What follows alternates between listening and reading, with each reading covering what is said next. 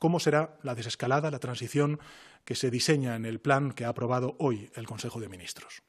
Como dije en la comparecencia del pasado sábado, esa transición, esa desescalada, sería en primer lugar gradual, en segundo lugar asimétrica, es decir, diferenciada en función de los territorios, porque la evolución de la epidemia es distinta, y finalmente coordinada, porque es necesaria la unidad, el trabajar codo con codo las distintas administraciones en este reto tan trascendental que tenemos por delante de nosotros mismos. En mi última comparecencia les expresé también que nos recuperaremos gradualmente. No lo vamos a hacer de golpe, el conjunto de la actividad, ni tampoco la movilidad social, sino que lo vamos a hacer por fases. Por eso, la primera idea que me gustaría trasladarles es que la desescalada, la transición será gradual. La unidad será, en principio de acción, la unidad será la provincia o la isla. No habrá movilidad entre provincias o islas hasta alcanzar la nueva normalidad, salvo en aquellos casos que ya vienen exceptuados en el artículo 7 del estado de alarma que se aprobó el pasado 14 de marzo. Todas las actividades permitidas se podrán realizar en consecuencia en la provincia o en la isla en la que se viva. La primera fase, o fase 0, es la fase de preparación de la transición o de la desescalada, en la que ya precisamente nos estamos encontrando. Es la fase preparatoria, en la que además de las medidas de alivio comunes para todo el país que hemos aprobado y que han empezado a beneficiarse el conjunto de la sociedad española, como por ejemplo la reciente medida aprobada para los menores o la proyectada para el próximo 2 de mayo de salidas y ejercicios individuales de los adultos, se abrirán pequeños resquicios de actividad económica. Por ejemplo, la apertura de locales y establecimientos con cita previa para la atención individual de los clientes. Un caso claro que creo que puede ser perfectamente entendible es la apertura de restaurantes con servicio de comida para poder llevar a domicilio sin consumo en el local. El servicio, claro está, deberá prestarse con la máxima protección individual. Otro ejemplo sería la apertura de entrenamientos individuales de deportistas profesionales y federados y el entrenamiento básico de ligas profesionales. A lo largo de esta fase, de la fase 0, de la fase de preparación hacia esa desescalada, se va a intensificar la preparación de todos los locales públicos con señalización y medidas de protección para preparar el comienzo de la siguiente fase, que es la fase 1.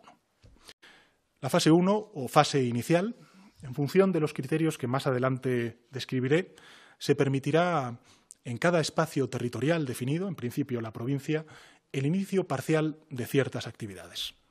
Algunas de estas actividades son la apertura, por ejemplo, del comercio bajo condiciones estrictas de seguridad, el pequeño comercio bajo condiciones estrictas de seguridad, excepto los centros o grandes parques comerciales donde son más probables las aglomeraciones y se incrementa más la movilidad para desplazarse hasta ellos.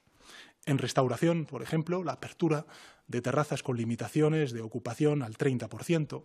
En hostelería, la apertura en esta fase primera de hoteles y también de alojamientos turísticos, excluyendo zonas comunes y también con determinadas restricciones que serán planteadas en una consecuente orden por parte del Ministerio de Sanidad. En la apertura de locales en la fase 1, ya les adelanto que se incluirá un horario preferente para los mayores de 65 años, que son el colectivo más vulnerable al COVID-19. En el sector agroalimentario y en el sector pesquero, por su parte, se reanudarán las actividades que mantenían restricciones y, por seguir con los ejemplos, los lugares de culto podrán abrir limitando su aforo a 1/3. En el ámbito deportivo se contempla la apertura de centros de alto rendimiento con medidas de higiene y protección reforzadas y, si es posible, turnos, y también se permitirá el entrenamiento medio en ligas profesionales. En el caso del transporte público, el uso de la mascarilla estará altamente recomendado tanto en la fase 0 como en la fase 1, como en la fase 2, en la fase 3 y luego, lógicamente, en la nueva normalidad. La fase 2 es la fase intermedia. Si se cumplen las condiciones y los marcadores estipulados en, por ejemplo, actividades como la restauración, se abrirá el espacio interior de los locales con una ocupación de 1/3 del aforo y garantías de separación y solo para servicio de mesas. El curso escolar comenzará en septiembre. Ahora bien, En esta fase segunda hemos establecido algunas excepciones para reabrir centros educativos con 3 propósitos que estoy convencido ustedes podrán compartir. En primero de ellos es el de las actividades de refuerzo. En segundo es el de garantizar que los niños menores de 6 años puedan acudir a los centros en caso de que ambos padres tengan que trabajar presencialmente y, lógicamente, también para celebrar la EBAU. Por seguir con los ejemplos, se prevé la reanudación de la caza y pesca deportiva y, en cuanto al ocio y la cultura, se reabrirán cines, teatros, auditorios y espacios similares con butaca preasignada y una limitación de aforo de 1/3. También serán posibles en esta fase las visitas a monumentos y otros equipamientos culturales como salas de exposiciones, salas de conferencias, con 1/3 de su aforo habitual. Y se podrán celebrar los actos y espectáculos culturales de menos de 50 personas en lugares cerrados con 1/3 de aforo, y si es al aire libre serán posibles cuando congreguen a menos de 400 personas siempre y cuando sea sentado. Los lugares de culto deberán limitar su aforo al 50% en esta segunda fase. La fase tercera es la fase avanzada.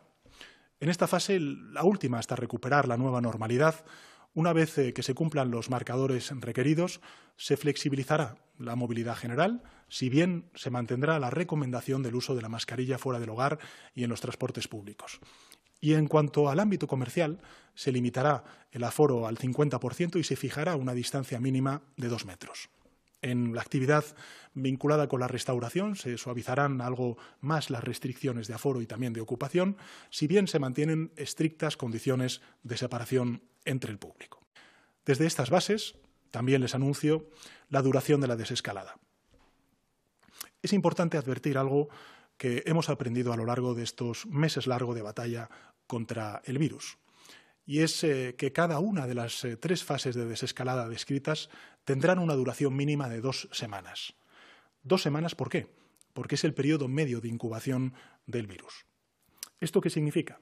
Pues significa que en el mejor de los casos la etapa de desescalada de transición hacia esa nueva normalidad tendrá una duración mínima en cada territorio de 6 semanas, aproximadamente en consecuencia 1 mes y medio. Y la duración máxima tentativa, en el caso de que todo transcurra como hasta ahora, y por eso quiero decirlo entre paréntesis y con la máxima precaución, queremos que sea de 8 semanas para todo el territorio español. Por tanto, a finales de junio estaríamos como país en la nueva normalidad si la evolución de la epidemia está controlada en todos y cada uno de los territorios.